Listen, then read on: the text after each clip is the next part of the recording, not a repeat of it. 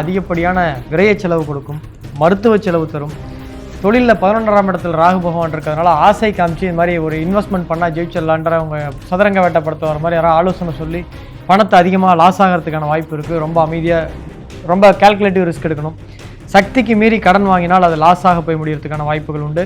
விற்காத பொருள் 12ஆம் இடத்தில் சனி பகவான் இருக்கிறதுனால விற்காத பழைய வீட்டு மனைகள், பழைய ஏதாவது வண்டி வாகனங்கள், பழைய பொருட்கள் ஏதாவது நல்ல ரேட்டுக்கு விற்கிறதுக்கான வாய்ப்புகள் உண்டு.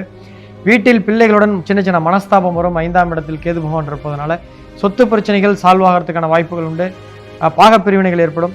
பிரிந்த கணவன் மனைவி மீண்டும் சேருவதற்கான வாய்ப்புகள் உண்டு. ரீயூனியன் ஆகிறதுக்கான வாய்ப்பு இருக்குது.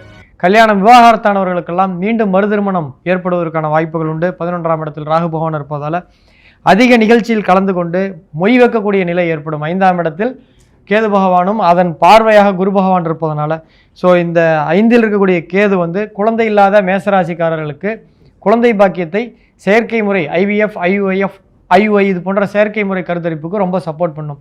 11ஆம் இடத்தில் ராகு இருக்கிறதுனால இந்த டைமில் ஆண்கள் பெண்களுடன் அதிகம் பழக வேண்டாம், பெண்கள் ஆண்களுடன் அதிக பழக வேண்டாம். ஒரு பவுண்டரியோட செட் பண்ணுங்க. இல்லை என்றால் இது அடுத்த லெவல் பழகி தேவையில்லாத பிரச்சனை வருவதற்கான வாய்ப்புகள் உண்டு. பிஹைண்ட் நோட்ஸ் பெருமையுடன் தயாரித்து வழங்கும் மூன்வாக் மியூசிக்கல் நைட் ஜனவரி 4 ஞாயிறு மாலை 4 மணி அளவில் சத்யபாமா யூனிவர்சிட்டி சென்னையில் நடைபெற உள்ளது. உங்கள் டிக்கெட்ஸை BookMyShow, district ticket 9 மற்றும் கின் ஆப்களில் ஸ்கிரீன்ல தெரிகிற வாட்ஸ்அப் நம்பர், வெப்சைட் மூலமாக புக் செய்வோம்.